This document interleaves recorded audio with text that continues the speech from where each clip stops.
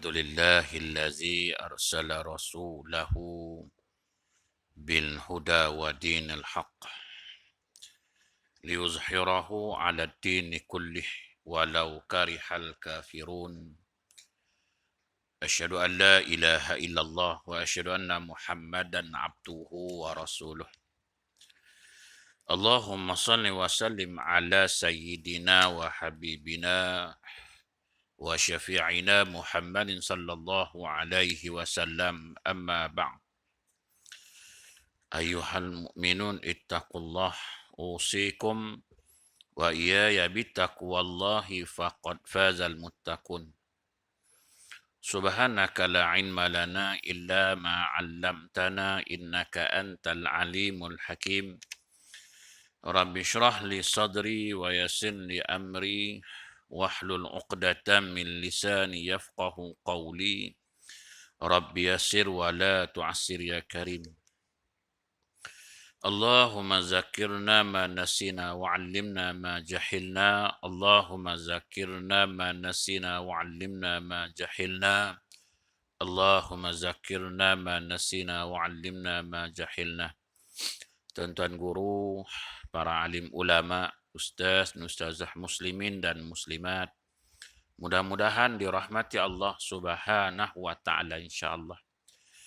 Pertamanya kita memanjatkan rasa syukur terhadap Allah Subhanahu wa taala kerana dengan limpah kurnia dan inayahnya kita masih lagi diberi kesempatan, masih lagi diberi peluang, kelapangan waktu, kesihatan yang baik sehingga kita sama-sama dapat melaksanakan tuntutan-tuntutan Allah Subhanahu wa taala dan meninggalkan segala larangan-larangan Allah Subhanahu wa taala insya-Allah.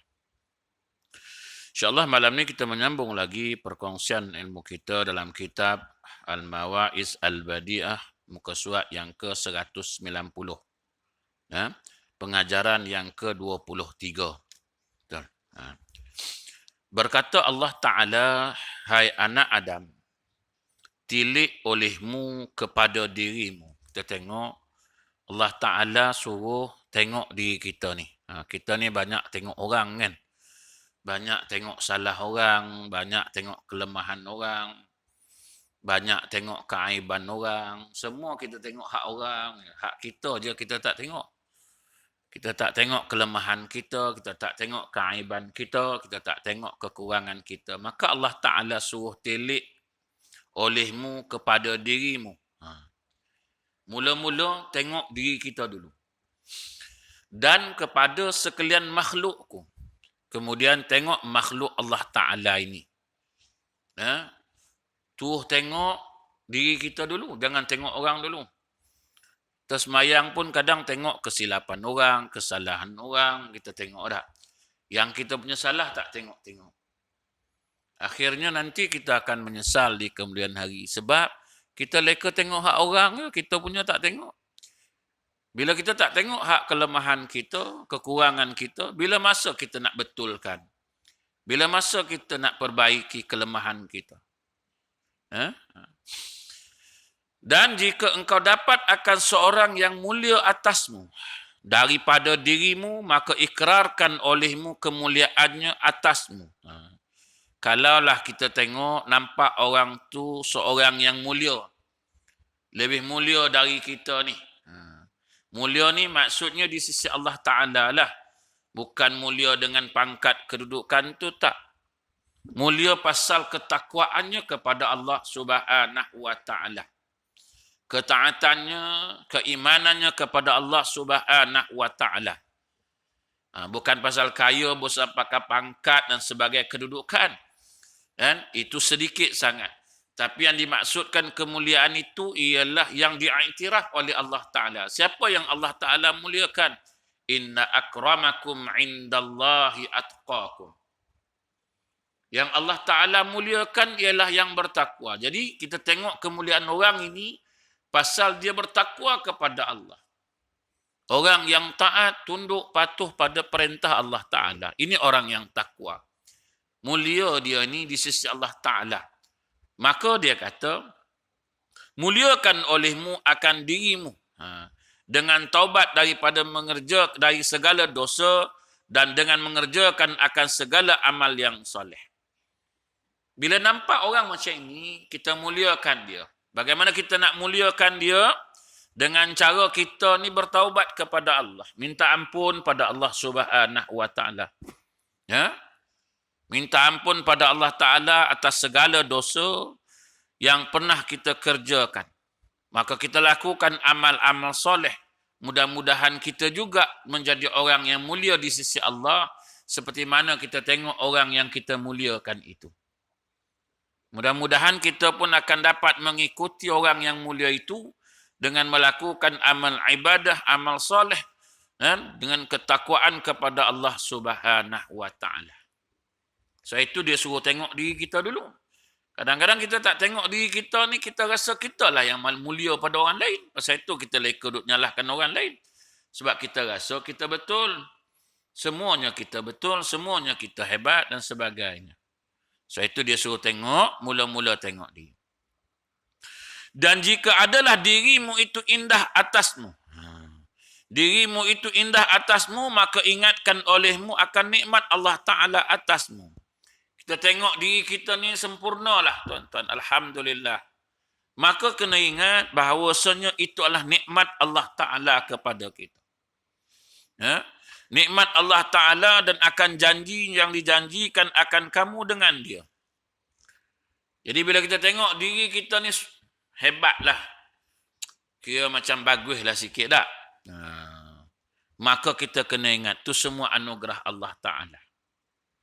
Kita sehat, Alhamdulillah. Ni semua anugerah Allah Ta'ala.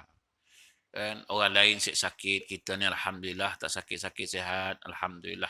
Ni semua anugerah Allah Ta'ala. Maka kita kena ingat tu semua nikmat Allah, maka kita mensyukuri nikmat Allah Ta'ala. Sebab itu Allah Ta'ala kata, la in syakartum la azidannakum. Kalau kita bersyukur, Allah tambahkan lagi nikmat itu. Kan? Jadi tuan-tuan bila tengok kita lebih hebat ataupun banyak nikmat-nikmat indah diri kita ni, kita jangan rasa sombong pula. Kau tengok aku, mana pernah sakit? Kau tengok. Mana pernah susah? Aku pun tak faham macam mana kau ni sakit. Kan? Susah je hidup. Aduh, hai. Pemalas. Kan? Ni masalah tu yang susah je hidup. Kita jadi sombong dengan nikmat yang Allah Ta'ala anugerah. Allah Ta'ala bagi nikmat kat kita supaya mensyukuri nikmat itu. Ingat itu nikmat Allah. Bukan Allah Ta'ala bagi nikmat itu untuk kita jadi sombong. Allah Ta'ala anugerahkan kenikmatan, keindahan pada kita bukan untuk sombong. Tapi untuk kita mensyukuri nikmat dia. Jangan bila kita ni hebat, kita pandang orang lain lekeh, hina. Tak boleh tuan-tuan. Itu dalam Islam ini tuan-tuan tengok orang hebat, kita muliakan dia. Tengok kita hebat, kita ingat itu nikmat Allah yang Allah Ta'ala bagi kat kita, yang sewajarnya kita mensyukurinya. Jangan tengok orang, kita hina orang. Bila kita hebat, kita hina orang. Bila orang lain lah hebat, kita rasa rendah diri pula dah. Kita rasa dengki lah kat orang tu. Ni yang tak kena kita ni kan. Tengok orang lebih hebat kat kita, kita rasa dengki pula. Tengok kita lebih hebat pada orang, kita rangkuh pula. Kiri kanan kita makan. Kiri kanan kita makan. Tengok orang lebih pada kita, kita dengki. Kita sakit hati. Kita rasa cemburu dan sebagainya. Tapi bila kita tengok diri kita lebih pula, kita jadi sombong pula. Sebab itu Allah Ta'ala pesan kat kita, ingat dua perkara. Pertama, kalau tengok orang mulia, kita muliakan dia. Kita bertaubat kepada Allah Ta'ala. Kita minta ampun. Beramal soleh, mudah-mudahan kita juga menjadi orang yang dimuliakan oleh Allah. Kita tengok diri kita penuh dengan kenikmatan anugerah Allah. Kita mensyukuri nikmat Allah Ta'ala. Bukan menyombongkan diri kepada sesama makhluk Allah Ta'ala. Karena telah kami katakan, pada azali kami dengar dan kami ikut akan suruhmu. Dan takut oleh kamu akan Allah Ta'ala dahulu daripada hari kiamat yang adalah qadar 50,000 tahun. Iaitu hari yang tiada kuasa berkata seorang jua pun. Tiada diberi izin bagi seorang meminta ampun bagi mereka itu. Maka menerima uzur mereka itu pada hari yang kelam kabut dan hari yang berteriak dan hari yang bermasa muka segala manusia. Lagi sangat huru-hara, lagi terkejut segala manusia. Iaitu hari yang tiada memerintah oleh seorang itu bagi seorang akan suatu jua pun. Hari itu siapa yang berkuasa? Maliki Yaumiddin. Pada hari itu Allah Ta'ala kata, hari ini aku kuasa. Tak ada siapa boleh berkuasa hari ini. Duduk diam-diam. Hari ini tak ada siapa yang boleh tunjuk hebat. Bila? Pada hari kiamat nanti, Yaumul Masyar nanti, hari perhitungan di hadapan Allah, hari itu tak ada siapa yang boleh tunjuk hebat. Tak ada siapa yang boleh memerintah melainkan hanya Allah Subhanahu wa taala. Hari itu dalam keadaan yang kelam kabut. Hari itu hari yang menakutkan. Masing-masing duk tengok diri masing-masing. Hari itulah kita nak tengok kita punya catatan amal. Hari itulah kita nak tengok siapa kita ni di hadapan Allah. Hari itu dah tak ada masa, langsung tak ada masa nak tengok orang lain. Hari itu dah tak ada masa dah. Tak ada nak hirau dah apa yang kau buat, apa yang kau lakukan hari ini. Kau buat apa, kau lakukan. Tak ada masa, tak ada masa. Aku leka tengok. Aku pun takut ni. Masing-masing waktu tu muka kelat je tuan-tuan. Nafsi. Bini dengan urusan bini, anak dengan urusan anak, kita dengan urusan kita. Sebab itu Allah Ta'ala kata sebelum saat datangnya hari itu, kita kenalah sentiasa perhatikan. Tengok betul-betul. Nanti dah sampai masa itu, tak ada masa untuk nak tengok orang lain. Tak sempat dah. Waktu dulu nak tengok kita punya, kita pun dah rasa silap dah dulu. Dah tak guna dah. Kenapalah aku tak perhatikan dulu? Kenapalah aku tak kisahkan dulu? Dah tak ada guna dah habis. Waktu tu dah habis dah. Waktu tu baru nak menyesal di hadapan Allah Ta'ala. Sebab atas dunia dulu ni kita sibuk urusan orang. Sibuk nak tengok orang. Besok akhirat baru nak tengok diri kita. Waktu tu menyesal tak sudah pun tak guna dah. Sebab baru nak tengok kita punya. Allah Ta'ala kata aku bagi masa 60 tahun, 50 tahun, 70 tahun. Aku suruh tengok diri kau sendiri. Kenapa kau sibuk tengok orang lain? Hari ni aku bagi kau tengok diri kau sendiri. Tengoklah. Tak ada masa nak tengok orang lain pula waktu tu. Tuhan bagi tengok pula tak ada masa pula nak tengok. Takut dia semua nak tengok orang lain. Tengok diri sendiri. Ya. Atas dunia dulu aku suruh tengok diri kamu ni. Betul-betul jangan leka tengok orang lain. Jadi tuan-tuan, kena ingat pesanan Allah Subhanahu wa taala. Ada satu hari nanti, Yaumul Masyar, bila terjadinya kiamat, hari perhitungan di hadapan Allah, hari perhimpunan di hadapan Allah, hari itu tidak ada siapa pun memerintah melainkan Allah jua yang memerintah seluruh makhluknya. Waktu tu kita nak menyesal tak guna. Waktu tu kita nak ngadu pun dah tak boleh nak ngadu. Nak buat apa pun tak boleh. Bermula segala pekerjaan pada hari itu bagi Allah Ta'ala jua. Kita menunggu je apa yang nasib yang akan kita terima. Tu nak minta apa pun dah tak boleh. Waktu tu nak cari peguam, nak cari lawyer yang hebat, nak bela kita pun tak boleh.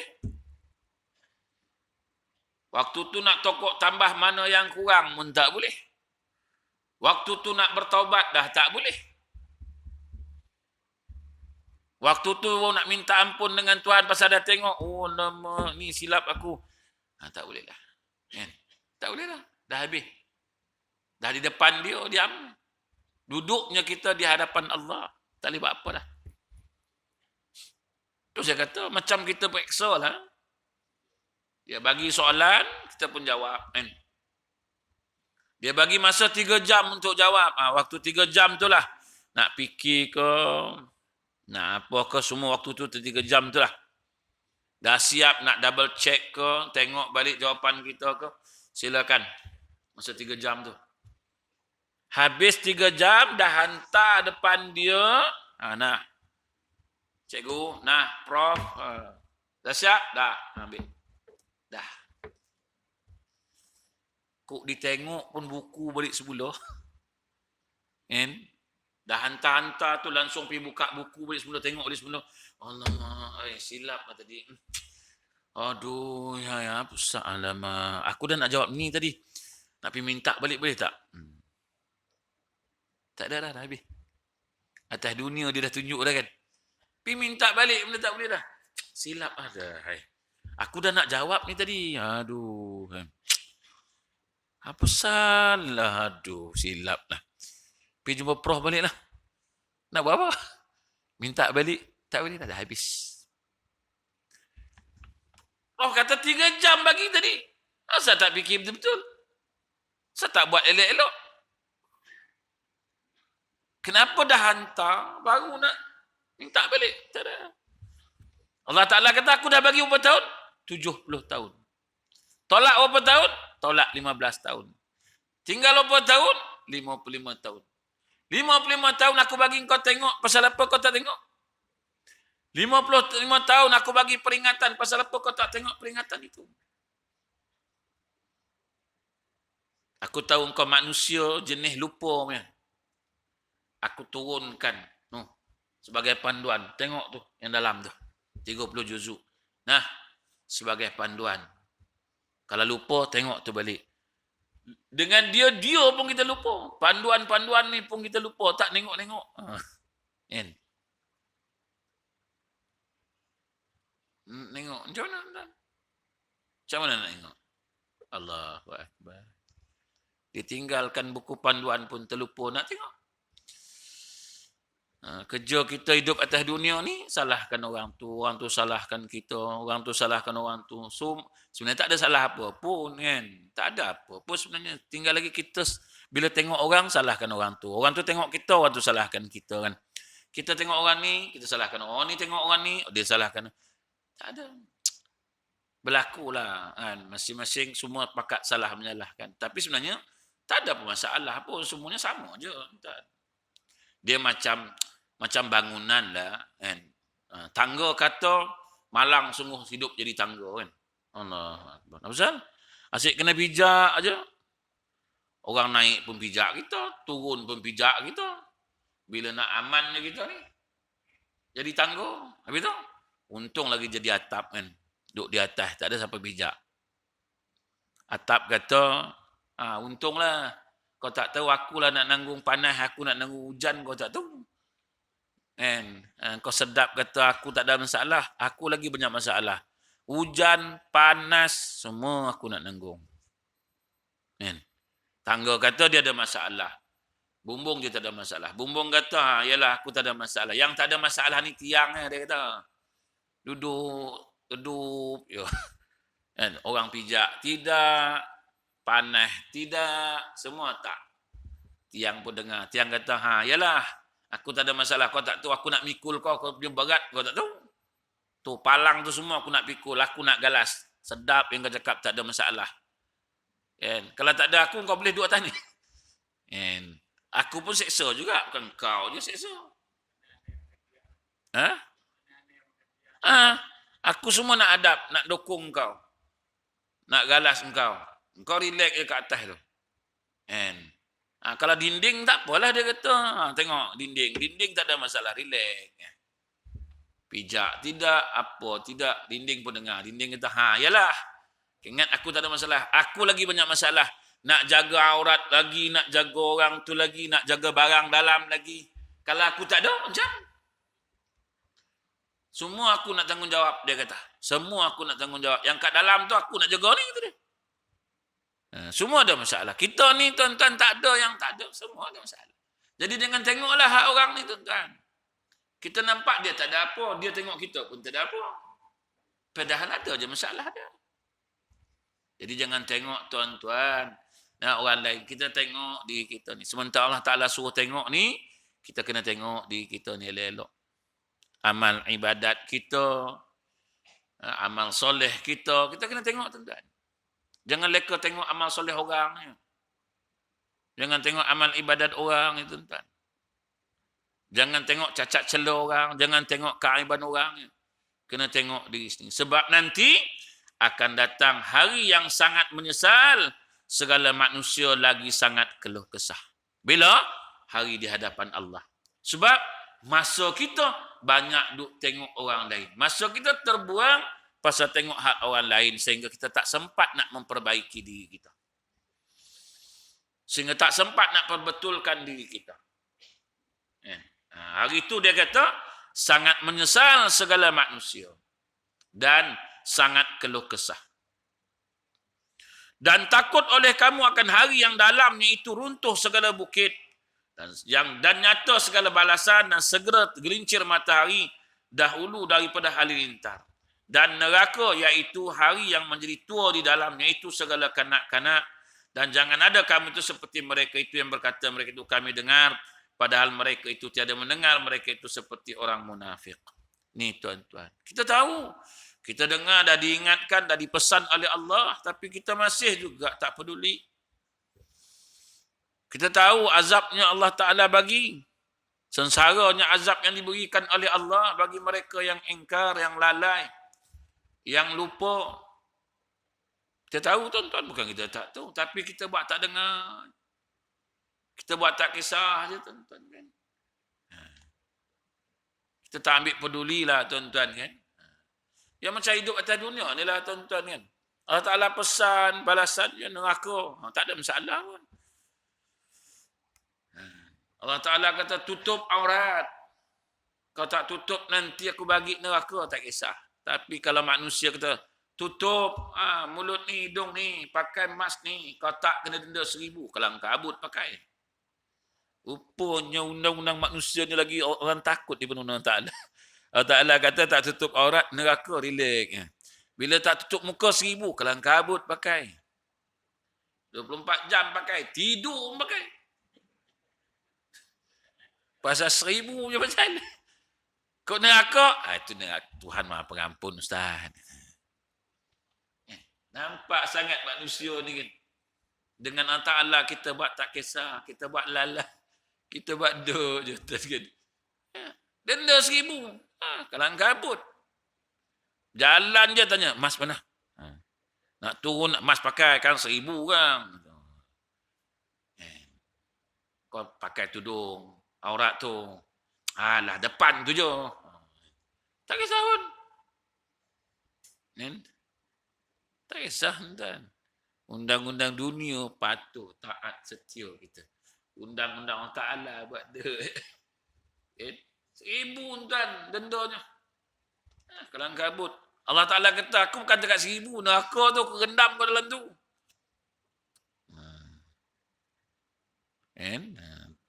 Pakai je lah. Kan? Tak nak, kejap-kejap pergi beli. Kejap-kejap pergi beli kan. Tak pakai kan tak bagi masuk. Ya, main. Masjid sekarang ni tak pakai, tak bagi masuk. Tak ada, tak boleh masuk. Kan? Jadi tuan-tuan kita tengok. Sebab itu kita kena tengok diri kita ni tuan-tuan. Muhasabah balik semula. Pengajaran yang ke-24. Allah Ta'ala kata, hai segala mereka itu yang percaya akan Allah. Yang beriman kepada Allah. Sebut olehmu akan Allah Ta'ala akan sebagai sebut yang banyak. Sentiasa ingat Allah Ta'ala. Zikrullah. Apabila ucapan. Banyakkan ucapan yang banyak ucap tasbih oleh kamu akan Allah Ta'ala. Pada pagi-pagi dan petang-petang. Ya, orang yang beriman, orang yang percaya Allah, perbanyaklah sebut nama Allah. Tasbih, subhanallah, walhamdulillah, Allahu Akbar. Dan orang yang beriman, perbanyaklah menyebut ucapan kalimah Allah Ta'ala. Sebut olehmu akan Allah Ta'ala akan sebagai sebut yang banyak. Siang, malam, pagi, petang, setiap saat, setiap detik, sebutlah nama Allah. Ya? Sentiasa ingat Allah Ta'ala, pagi, petang, siang, malam. Kan? Tidak lekang daripada bibir kita, tidak hilang dari ingatan kita, dari hati kita. Akan Allah Subhanahu wa Ta'ala. Tidak putus hubungan kita dengan Allah setiap saat, setiap waktu, setiap detik. Sentiasa menyebut akan Allah Subhanahu wa Ta'ala. Hai Musa anak Imran. Hai Musa yang empunya kitab, dengarkan olehmu akan perkataanku. Maka bahawasanya aku Allah Ta'ala yang mempunyai agama yang tiada antaraku antaramu itu juru bahasa. Khabarkan olehmu orang yang makan riba itu dengan marah daripada Tuhan yang bernama Rahman dan dengan berganda-ganda azab neraka. Ini orang yang makan riba. Allah Ta'ala kata Allah sangat marah dan akan berganda-ganda azab orang yang makan riba ni. Jangan kita pandang ringan tuan-tuan riba ni. Alah riba yang bukannya ni. Orang tu lagi teruk. Lagi banyak. Kita duk tengok orang tu lagi banyak lah orang tu. Ni bukan persoalan siapa banyak, siapa sikit. Masalahnya Allah Ta'ala tak bagi makan riba. Tak halal bagi kamu itu riba. Yang boleh apa jual beli. Wa halallahu al-bai' wa harrama riba. Diharamkan riba. Persoalan kecil ataupun besar, tak kisah. Tetap hukumnya haram. Tak boleh lah. Jangan kita berusaha nak membolehkan. Sikit tak apalah kan. Dia yang besar-besar tu baru tak boleh. Tapi kalau sikit-sikit, okey. Kan? Kita berusaha untuk mencari yang tak ada riba. Membeli pembelian yang tidak ada riba. Muamalah yang tak ada riba. Ada pilihan. Carilah yang tak ada riba. Tapi lah kadang-kadang tak ada riba. Masalahnya mahal pula tuan-tuan kan. Masalah tu. Yang ada riba murah lah nampaknya. Kan? Pinjam Islamic loan dengan conventional loan lain tuan-tuan kan. Kira tengok Allah. Yang Islamic ni teruk sangat kan. Dia patutnya macam jual beli ni Islamic punya tuan-tuan. Okey, kita pinjam kat bank, rumah tu 50,000 contoh. Okey tuan, saya nak beli rumah. Mana rumah tu? Ni kat Alam Seksyen 20 ni. Berapa? 50,000. Bank pun tengok. Okey. Bank beli lah. Kan? Bank beli 50,000. Bila bank beli 50,000 tu, dia jual kat kita. Okey, saya jual harga rumah ni 70,000. Bukan 50,000 kali itu. Kan? Itu cerita dia lah kan. Ini jual beli tuan. Tuan bukan beli dengan rumah tu. Tuan beli dengan kami dengan bank ni. Jadi kami jual, kami ambil untung 20,000. Semualah. Dengan pertukaran nama lah apa semua, gedebak-gedebuk semua. Habis urusan 10,000 jadi 60,000. Habis 10,000 lagi tu. 10,000 tu kami untung sebiji rumah. Jadi tuan bayar selama 10 tahun, 30 tahun, 70,000 ni. Tanpa ada bunga apa semua, bayar je 70,000. Ni jual belinya. Patut jual beli macam tu lah. Tu baru tak ada riba tuan-tuan. Dia beli 50,000. Dia jual kat kita 70,000. 10,000 urusan semua-semua. 10,000 lagi tu keuntungan dia. Jadi 70,000. Kita pun bayar je lah 70,000. Tak adalah fake lah. Kalau kita bayar 500 lah contoh sebulan kan. 500 sampailah habis 70,000 tu. Berapa tempoh? 30 tahun. Bayarlah. Itu yang Islamik kan tuan. Ni tak juga tuan-tuan. Kadang-kadang kita kira balik. Lagi mahal pula daripada konvensional. Kita hitung-hitung harga rumah tu 50,000. Kita beli kalau ikut konvensionalnya, barulah 71,000. Kena Islamik punya sampai 140,000. Tak ke gila babi nama.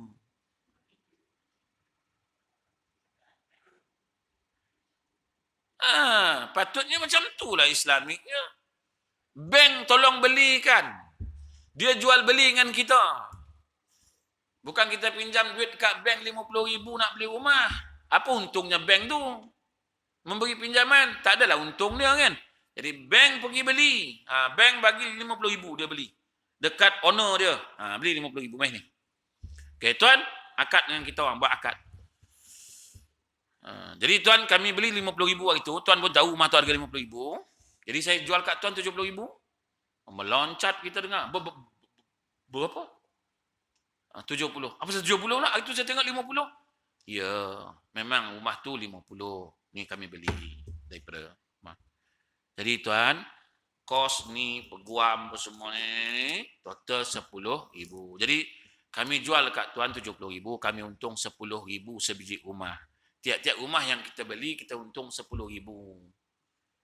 Daripada apa yang kita belilah, jadi tuan bayarlah bulan-bulan. Kan? Itu yang Islamik patutnya macam tu lah kan. Tapi tak tahulah macam mana tuan-tuan beli. Tuan-tuan Islamik ke tak? Yang tak ada Islamik Ustaz ni dulunya Ustaz. Suka hati tuan-tuan lah. Bayar je lah pun habis.